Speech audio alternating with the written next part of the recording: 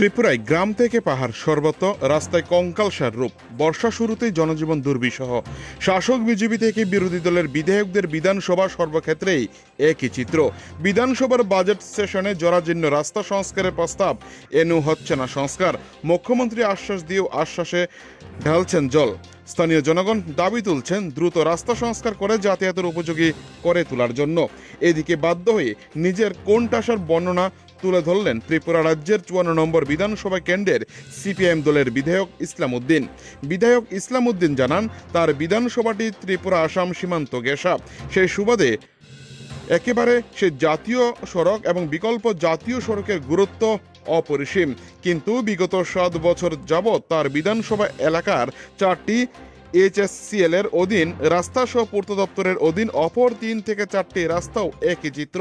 তিনি বিগত ৭ বছর ধরে ত্রিপুরা বিধানসভায় এই জরাজীর্ণ রাস্তাগুলি সংস্কারের জন্য কমপক্ষে ১০ থেকে ১২ বার বাজেট সেশনে প্রস্তাব এনেও হয়নি সংস্কার।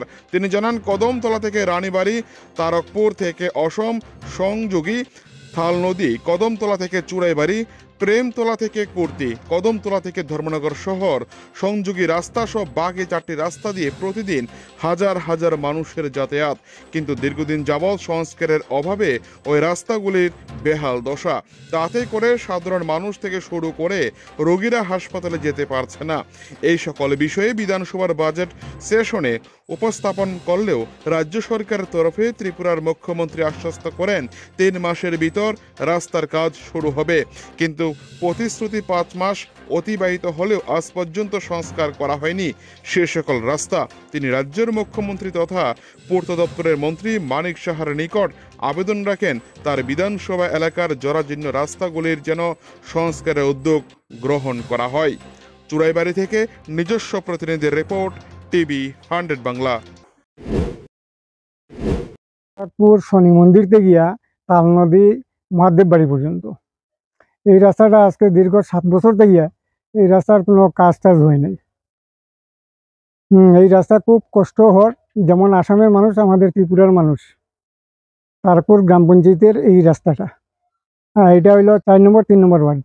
এই রাস্তার উপরে সব কিছু আসাম পাড়ার সব গাড়িগুলো চলে ওইদিকে, মেরামত হয় না। এটা তো সরকার জানে। আমরা দাবি এইটাই রাখি যে আমরা রাস্তাটা অতি সত্তর হইতো। এখান থেকে প্রায় ২ কিলোমিটার না এটারে এরকম ২ কিলোমিটারই হইব। কদমতলা থেকে ধর্মনগর পর্যন্ত আমাদের যে জাতীয় সড়কটা 208A, এই রাস্তায় গত ৭ বছরে ৩ বার কাজ হয়েছে। কাজের গুণমান আপনারা দেখবেন, ঠিকাদার বা কন্ট্রাক্টর যারা কাজ পান তারা হয়তো মন্ডলের কোনো নেতা, তাদের দ্বারা সেই কাজ হয়। সেই কাজের গুণগত মান এবং দপ্তরের যে মনিটরিং, এই মনিটরিং এর অভাবে সেখানে জনগণের জন্য যে টাকা বরাদ্দ, এই টাকা শুধুমাত্র ঠিকাদারদের, আর ঠিকাদারদের কাছ থেকে কিছু তুল্যবাজরা সেই টাকা সেখানে আদায় করে নিয়ে যাচ্ছেন। আপনি দেখবেন কুর্তি থেকে প্রেমতলা থেকে কুর্তি পর্যন্ত গত ৭ বছরে ৩ বার রিপেয়ারিং হয়েছে। ৬ মাস যেতে না যেতে সমস্ত রাস্তা ভেঙে চুরমার হয়ে যাচ্ছে। রাস্তার কোনো গুণমান এবং দপ্তরের যে মনিটরিং ব্যবস্থা, এটা খুব দুর্বল। এখন রাজ্য সরকারে আমরা নাই, রাজ্য সরকারে বিজেপি, দেশের ক্ষমতায় বিজেপি। এখন যারা অজ্ঞর মতো প্রশ্ন করেন, রাজ্যে তো বামপন্থী সরকার নেই, আমি তো কোনো দপ্তরের দায়িত্ব নেই।